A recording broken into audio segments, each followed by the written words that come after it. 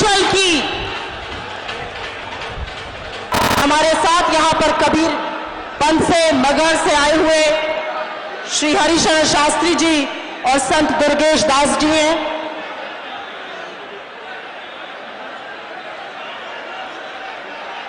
इसी संख्या में बौद्ध समाज द्वारा आप जोरदार तालियों से हमारी नेता और सबकी हौसला अफजाई करते रहे।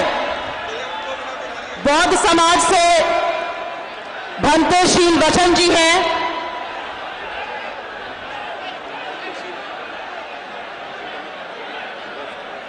बौद्ध समाज से भंतेशील जी हैं जो प्रियंका जी को प्रतीक चिन्ह देकर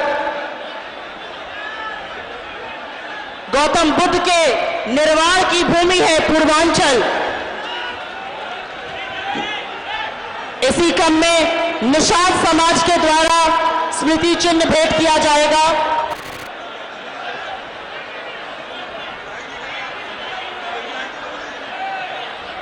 आप लोग थोड़ा सा साइड हो जाइए जिससे मीडिया को कवर करने में आसानी हो। थोड़ा सा साइड हो जाइए।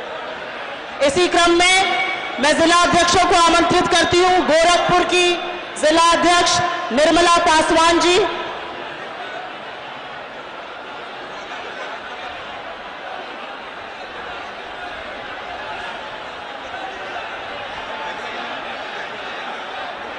जल्दी आइए।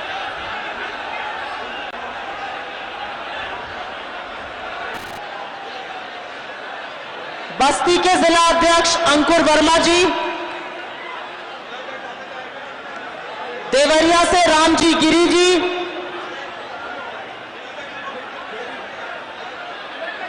किसान कांग्रेस के सुरमणि जी,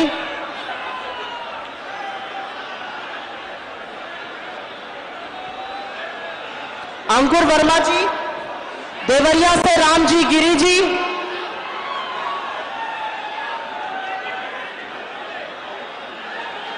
अंबेडकर नगर से अमित वर्मा जी, अमित वर्मा जी आगे जाने दीजिए।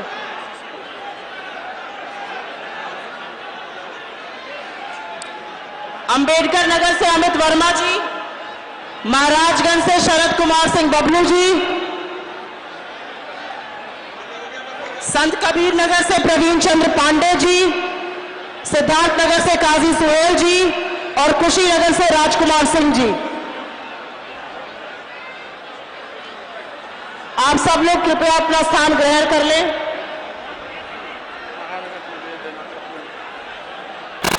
प्रियंका जी ने देश की राजनीति में एक नया अध्याय, एक नए सुबह का आगाज किया है। तेरे माथे पर आंचल तो बहुत खूब है, लेकिन तो उस आंचल को परचम बना लेती तो अच्छा होता। उन्होंने राजनीति में महिलाओं की भागीदारी को सुनिश्चित रखते हुए जो 40% टिकट का वादा किया है वो ऐतिहासिक है और उसका सबूत है यहाँ पर दूर दूर से आई महिलाएं। प्रियंका गांधी नाम है हमारे नेतृत्व का, वो नाम है उस नारी शक्ति का जो हाथरस से लखीमपुर, उन्नाव से शाहजहांपुर, ललितपुर, आगरा तक जिस शिद्दत से लड़ती है, उसी प्यार और सहनता से दो आंसू पोंछने को और गले लगाने को भी तैयार रहती है। लड़की हूं, लड़ सकती हूं के सशक्त नारे को देने वाली प्रियंका जी को ये पूरा देश देखकर समझ सकता है कि लड़की कैसे लड़ सकती है। मैं इससे पहले कि प्रियंका जी को मंच पर आमंत्रित करूं, आप सबसे एक बार जोरदार तालियों से उनका स्वागत करने को कहती हूं और एक बार बड़ा नारा लगाने को कहती हूं, लड़की हूं, लड़ सकती हूं। एक और बार, लड़की हूं, लड़ सकती हूं। एक और बार, लड़की हूं, लड़ सकती हूं, लड़की हूं, लड़ सकती हूं, लड़की हूं, लड़ सकती हूं, लड़की हूं, लड़ सकती हूं। यहाँ के पुरुष भी हमारा सहयोग करें। लड़की हूं, लड़ सकती हूं, लड़की हूं, लड़ सकती हूं। मेरी बहनें, आप सबका यहाँ पे बहुत बहुत स्वागत।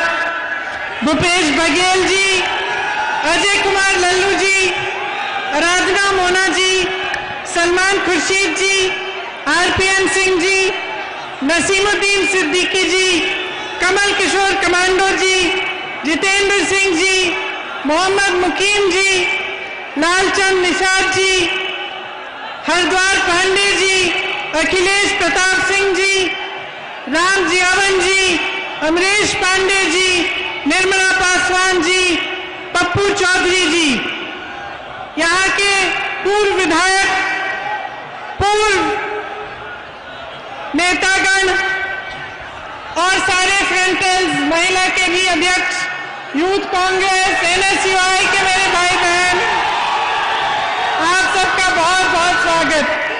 क्या हाल चाल बा? ठीक मानी जानो? आज यहाँ आने से पहले मैं सोच रही थी कि भाषण में मैं क्या क्या कहूँ। मैंने सोचा कि जब जब चुनाव आता है, नेता आपके सामने आते हैं भाषण देने, तो जो सत्ता में होता है वो आपको ये सपना दिखाता है कि आपका जीवन अब बहुत ही अच्छा बन गया है। जो विपक्ष में होता है वो आपको ये गिनाना चाहता है कि सब खराब है, क्या गलत है, क्या हुआ, क्या नहीं हुआ। तो सच्चाई क्या है? जो सत्ता में है, जो आपको वो सुनाते हैं, जो विपक्ष में है वो सुनाते हैं। क्या सच्चाई है? देखिए, पिछले 2 सालों में उत्तर प्रदेश में मैं काफी घूमी हूं, भ्रमण किया है मैंने, और मैंने अपने देश के बारे में एक सच्चाई समझी। मैंने ये समझा कि ये आस्थाओं का देश है। हम अपने देश में आस्था रखते हैं, धरती पर आस्था रखते हैं, अपनी मेहनत में आस्था रखते हैं, अपने धर्म में आस्था रखते हैं और अपने नेताओं में भी आस्था रखते हैं। हम जब अपने नेताओं में आस्था रखते हैं तो हम ये आस्था रखते हैं कि हमसे जो कह रहे हैं, जो हमारे लिए करने जाएंगे, वे सच्चाई से, समर्पण के साथ और निष्ठा के साथ करेंगे।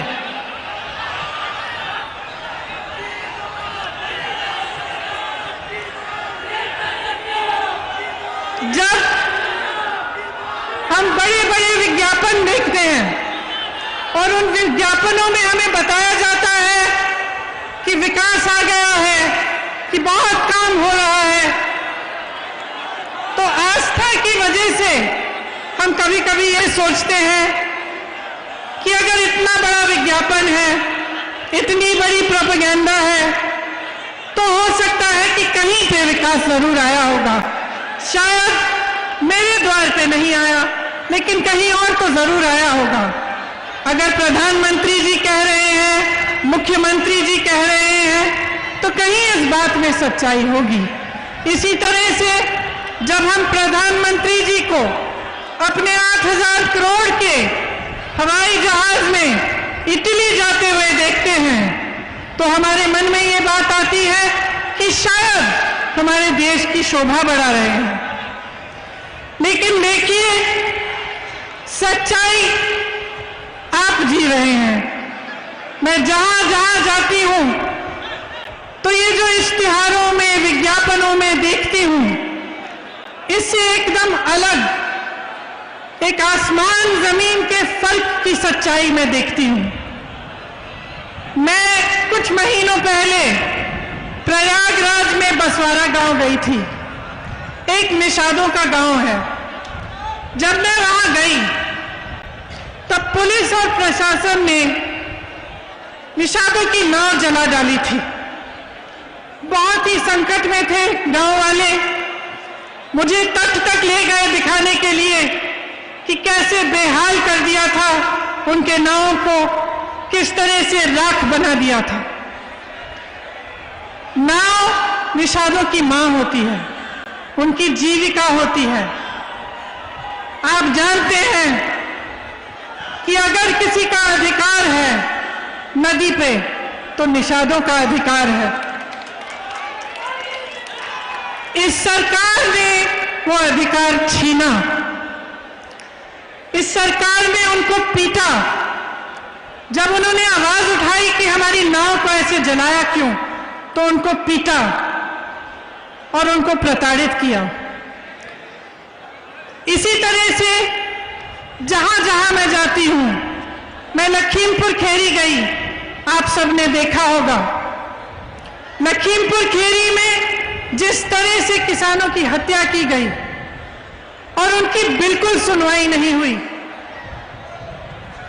उस तरह से सरकार ने दिखाया कि उसकी असलियत क्या है, कि जो बड़े बड़े विज्ञापन हैं, जो बड़ी बड़ी बातें होते हैं, उसकी असलियत, उसकी सच्चाई क्या है। उन्होंने दिखाया कि किस तरह से किसानों की इस देश में बिल्कुल सुनवाई नहीं रही।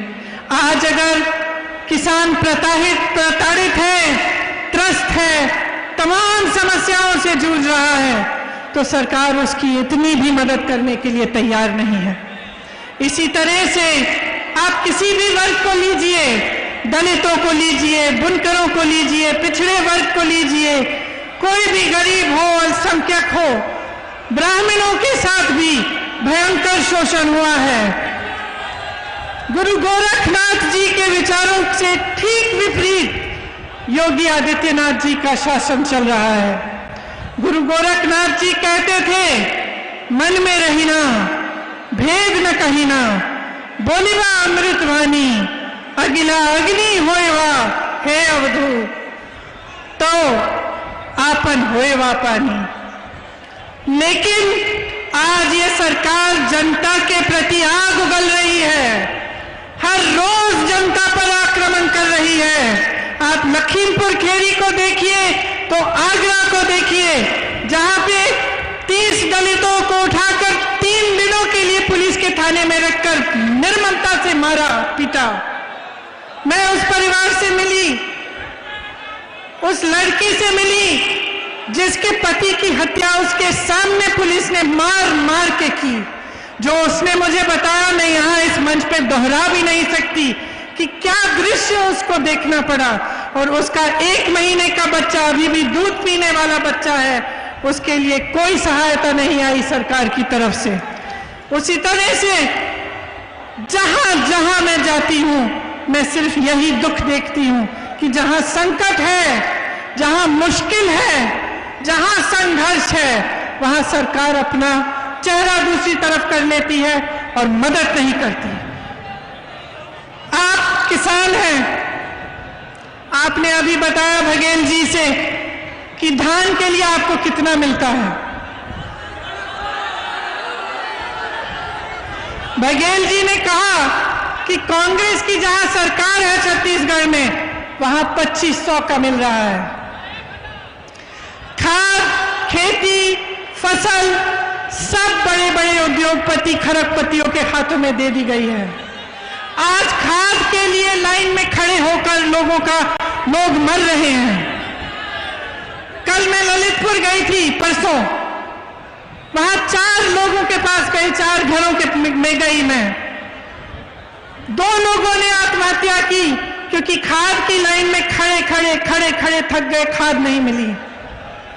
2 लोग ऐसे थे जो खाद की लाइन में खड़े हुए, घर नहीं जा पा रहे थे, खाना खाने के लिए, पानी पीने के लिए, क्योंकि लाइन छूट जाती, वहीं पे दम तोड़ दिया उन्होंने।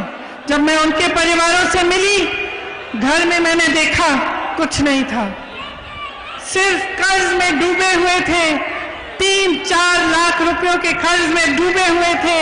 न कोई गैस का सिलेंडर था, न कोई सरकारी मदद थी, कुछ नहीं था, सिर्फ एक कमरा, और उसमें उन जो मर गए थे, जिनका देहांत हो गया था, उनके परिजन रो रहे थे। और ये दृश्य मैं जगह जगह देख रही हूं। यहां पे कहा गया है कि गन्ने की कीमत बढ़ाई जाएगी। मैं पूछना चाहती हूं, आज क्यों कह रहे हैं? 4.5 सालों से क्या किया? 4.5 सालों से क्या गन्ने की कीमत बढ़ाने का मौका नहीं मिला? यहां पे जो चीनी मिलें लगवाई थी कांग्रेस ने, उनको किसने बंद कराया? आपको याद होगा, समाजवादी की सरकारों ने, बसपा की सरकारों ने बंद कराया। और आज वो कहते हैं कि कांग्रेस भाजपा से मिली हुई है। मैं उनसे पूछना चाहती हूं, कहां है वो? कहां है? क्यों नहीं दिखते? जब संघर्ष होता है, जब संकट होता है, तो क्यों नहीं आते आपके पास? सिर्फ कांग्रेस आ रही है, सिर्फ कांग्रेस लड़ रही है। और मैं इस मंच पर खड़ा करके कह रही हूं, मैं मर जाऊंगी, जान दे दूंगी, लेकिन इस भाजपा के साथ कभी मैं कोई मिलावट नहीं करूंगी।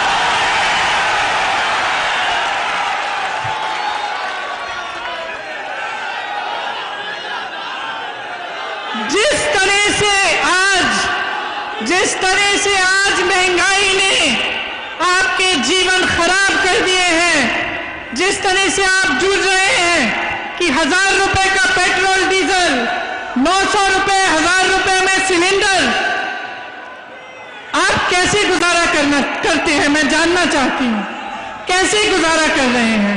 जितने भी छोटे छोटे दुकानदार हैं, तमाम दुकानें बंद की गई हैं। यहां गोरखपुर में मैंने सुना कि बुलडोजर लगा रखा है।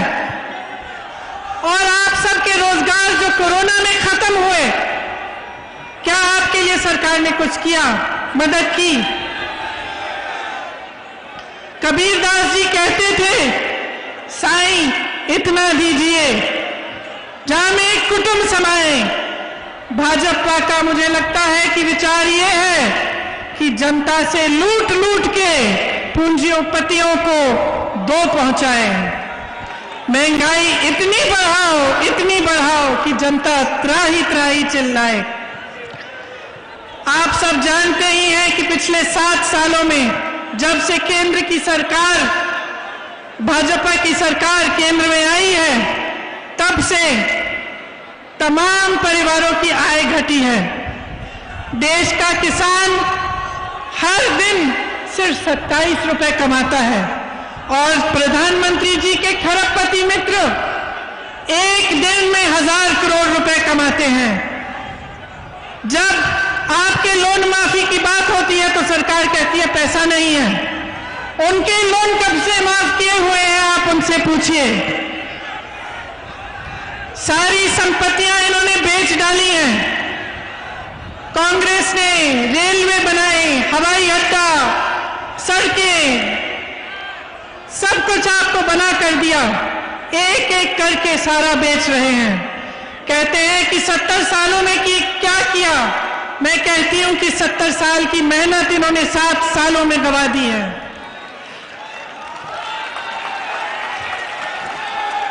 आज का युवा बेरोजगार है। उत्तर प्रदेश में ही 5 करोड़ बेरोजगार युवा हैं।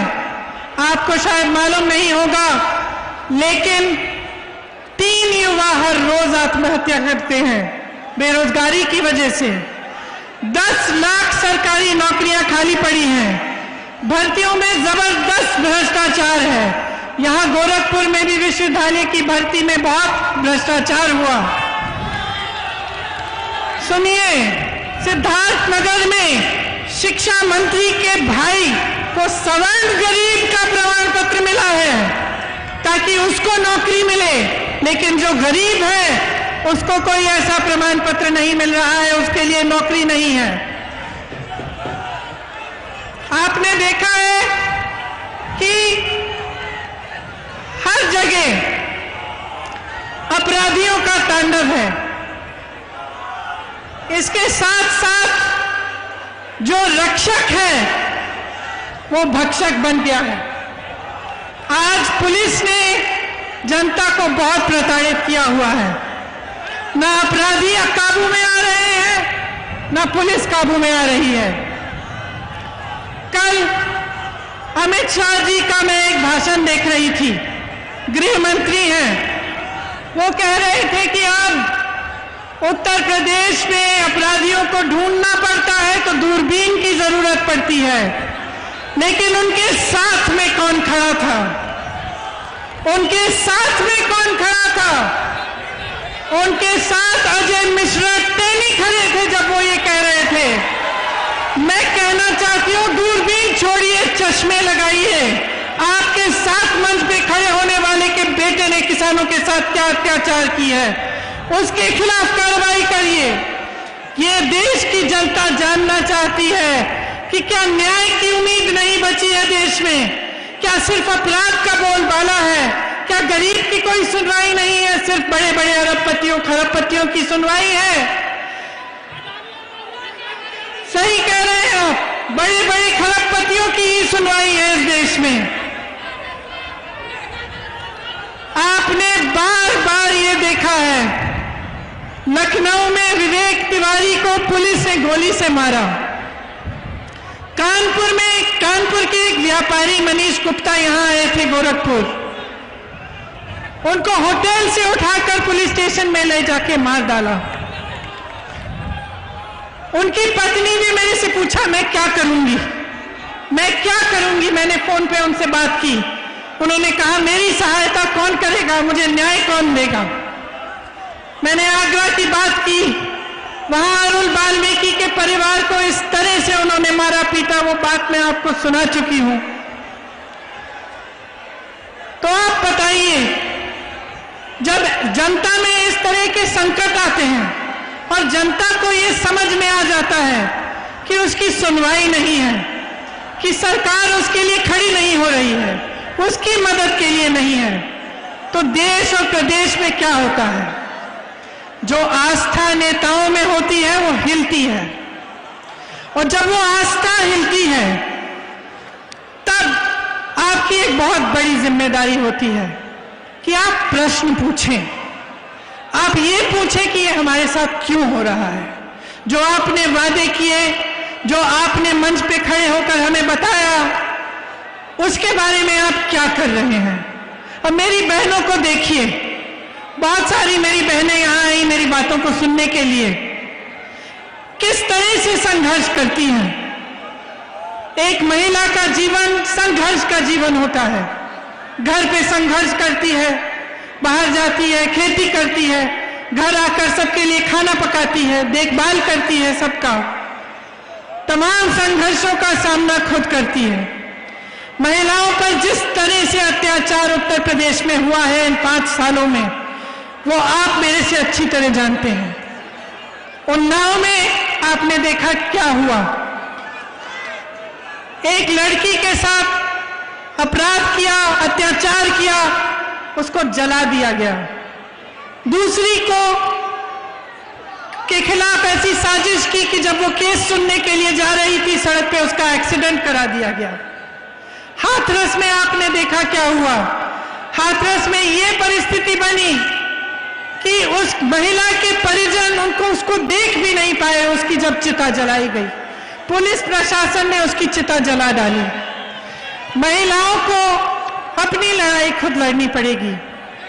गोरखपुर में भी जब एक लड़की ने पिता का पिटाई करते हुए वीडियो बनाया तो उसको गोली मार दी। जब एक दलित लड़की के साथ बलात्कार किया गया तो उसको सिगरेट से जलाया गया। विश्वविद्यालय की छात्रा का परिवार न्याय मांगता हुआ दर दर भटक रहा है।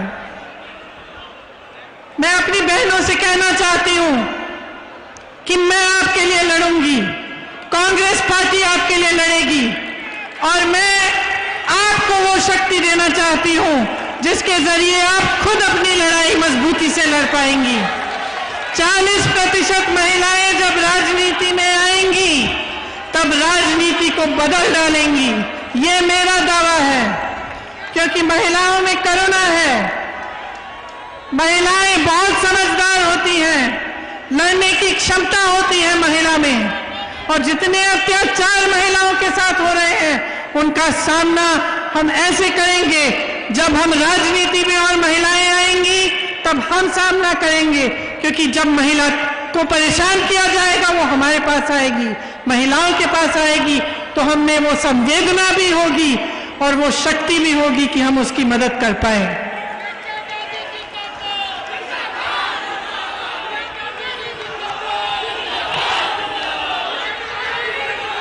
यहाँ पे जो जल भराव की समस्या है, आपने देखा होगा कि मुख्यमंत्री बनने से पहले जब भी ये समस्या उठती थी तो योगी जी आते थे, लेकिन जब से मुख्यमंत्री बने हैं तो हवाई जहाज में चढ़ के चले जाते हैं, लेकिन आपकी समस्याओं को सुनने नहीं आते।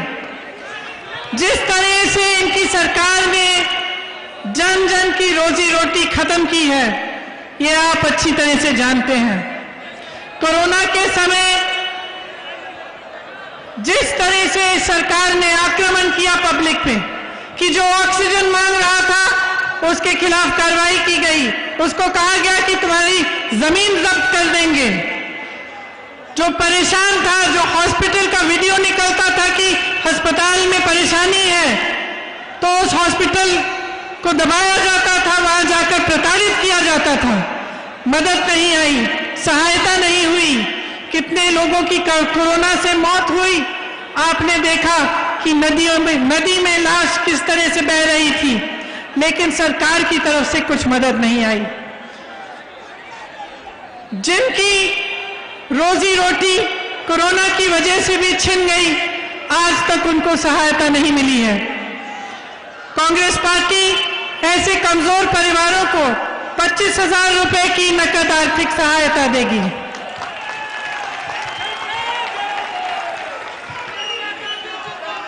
गोरखपुर में मैं जानती हूं कि स्वास्थ्य की जो सुविधाएं हैं वे बुरी स्थिति में हैं। अब चुनाव आ रहा है तो सुनने में आ रहा है कि एम्स खोला जा रहा है और तमाम ऐसी घोषणाएं हो रही हैं, लेकिन जब 5 सालों से ये सब काम नहीं किए गए तो आप क्या उम्मीद कर सकते हैं कि अब किए जाएंगे।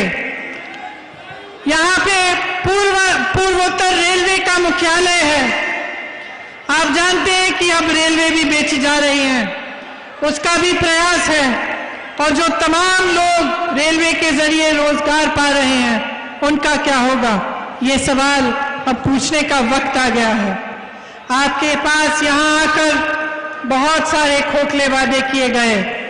आपको बताया गया था कि किसानों की आय दुगनी की जाएगी, कि बाढ़ की समस्या हल की जाएगी, कि छोटे दुकानदारों और व्यापारियों की मदद की जाएगी, कि गन्ना मूल्य 14 दिनों में भुगतान का वादा किया गया था, चीनी मिलें शुरू होंगी।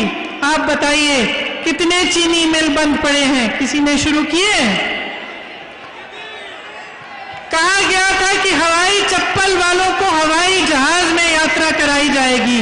आज सड़क पे चलना मुश्किल हो गया है, गाड़ी में जाना मुश्किल हो गया है, सबको सोचना पड़ता है कि 100 रुपए में पेट्रोल डीजल होगा, कैसे जाएंगे।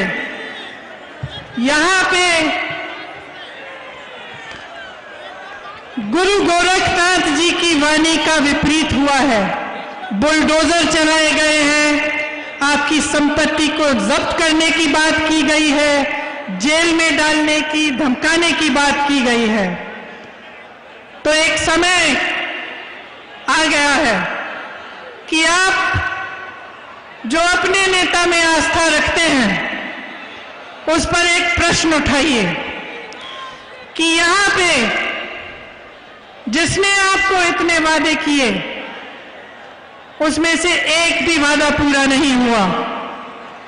तो ये समय आ गया है कि अब प्रदेश में, पूर्वांचल में बदलाव आना चाहिए।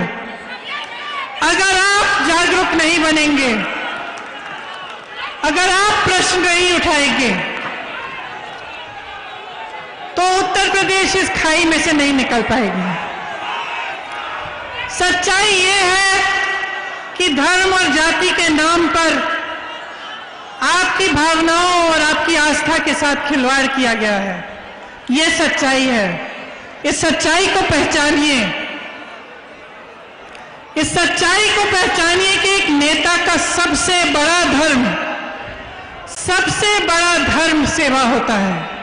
आज सरदार पटेल जैसे नेता जी का जन्म दिवस है और इंदिरा जी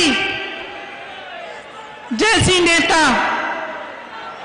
की शहादत का दिवस है।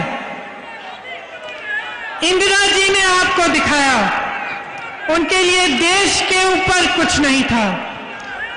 उन्होंने इस आस्था के लिए, जो आस्था आपने उनमें रखी थी, इस आस्था के लिए अपना जीवन दिया। वो कभी पीछे नहीं हटी। उनको मालूम था कि उनकी हत्या होने वाली थी। आज के दिन जब मेरे भाई और मैं स्कूल जा रहे थे, रोज जाने से पहले हम अपनी दादी जी से मिलने जाते थे।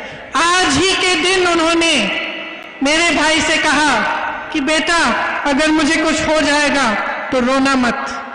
उनको मालूम था कि उनकी हत्या हो सकती थी, फिर भी वो कभी पीछे नहीं हटी। उनके लिए आपकी आस्था से बढ़कर इस देश, इस दुनिया में कुछ नहीं था। आपकी आस्था थी और उनके दिल में अपने देश के प्रति आस्था थी। और अगर आज मैं आपके सामने खड़ी हूं तो ये उन्हीं की सीख है। मैं भी आपकी आस्था कभी नहीं तोड़ सकती।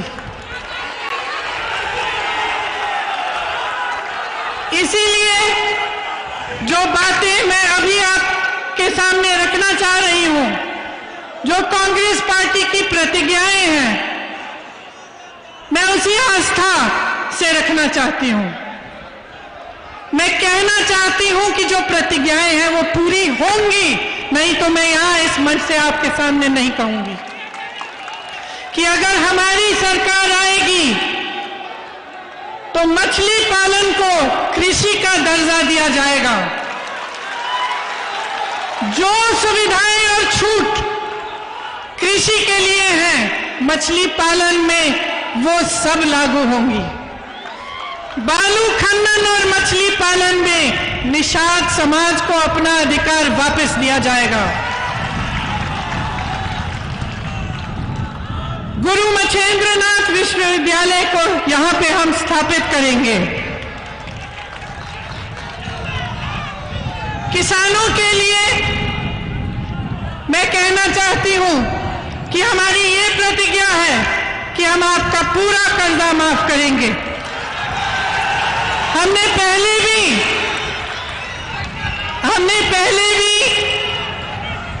ऐसी प्रतिज्ञा की थी और आप जानते हैं कि 72,000 करोड़ रुपए का कर्जा हमने माफ किया था कांग्रेस पार्टी के सरकार ने। किसानों के लिए गेहूं और धान 2500 पर क्विंटल में खरीदा जाएगा और गन्ना किसानों के लिए 400 रुपए। यहां मैं जानती हूं कि गन्ना का किसान बहुत ही परेशान है। मैं ये भी जानती हूं कि अन्ना पशु की बहुत ही समस्या है। और जिस तरह से हमारी सरकार ने छत्तीसगढ़ में इस समस्या को सुलझाने की पूरी कोशिश की है, उसी तरह से यहां पे अन्ना पशु की समस्या सुलझाने का हम काम करेंगे।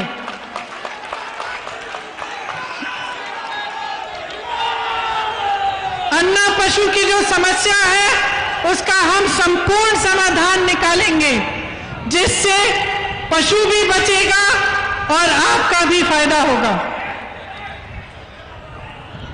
युवाओं के लिए 20 लाख सरकारी रोजगार हमारी सरकार अगर बनेगी तो हम देंगे। और जो संविदा कर्मी हैं और जो कॉन्ट्रैक्ट पे नौकरी करते हैं, उनका हम नियमितीकरण कराएंगे। अपनी बहनों के लिए मैं कह चुकी हूं कि 40% महिलाएं कांग्रेस पार्टी विधानसभा के चुनाव में महिलाओं को टिकट देगी। इसके साथ साथ जो 12वीं पास छात्राएं हैं उनके लिए मोबाइल फोन मिलेगा, स्मार्टफोन मिलेगा, और जो स्नातक पास है उनके लिए स्कूटी मिलेगी। मेरी बहनें, आपको भाजपा सरकार ने कहा था कि आपको 1 सिलेंडर मुफ्त मिलेगा। उसके बाद उन्होंने सिलेंडर के दाम ऐसे उठा दिए कि आपको वही 1 सिलेंडर अगर मिला तो मिला, उसके बाद नहीं मिल पाया। हमारी सरकार आपको साल में 3 सिलेंडर मुफ्त देगी। आप मेरे दिल के बहुत करीब हो, आपके लिए सब कुछ।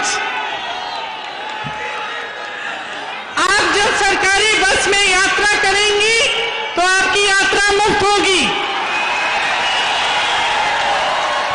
आंगनबाड़ी और आशा बहुएं दिन रात काम करती हैं, उनको कम से कम 10,000 रुपए का मानदेय मिलेगा। कोरोना में बहुत लोगों ने बहुत संकट का और संघर्ष किया, बहुत संकट का सामना किया। हमारा संकल्प है कि कोई भी बीमारी हो 10 लाख तक उसका मुफ्त इलाज सरकार कराएगी।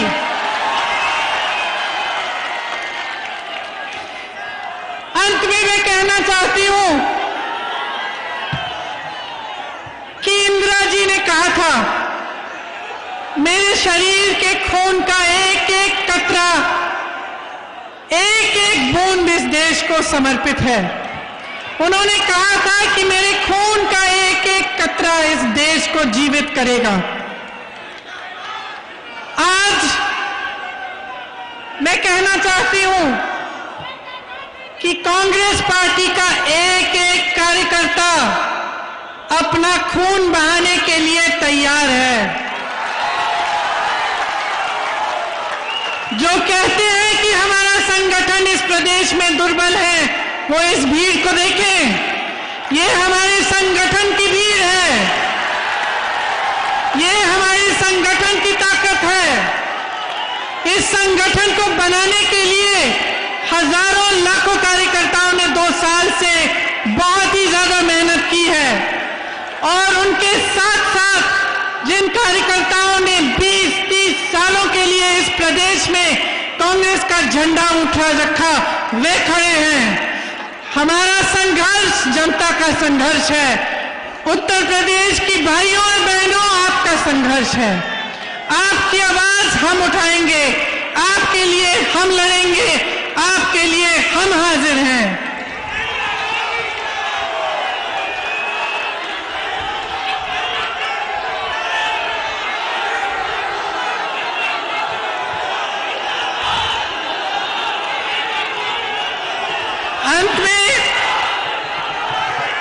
अंत में मैं आप सबको बहुत बहुत धन्यवाद देना चाहती हूं कि आप यहां आए। गुरु मच्छेंद्रनाथ जी की जय।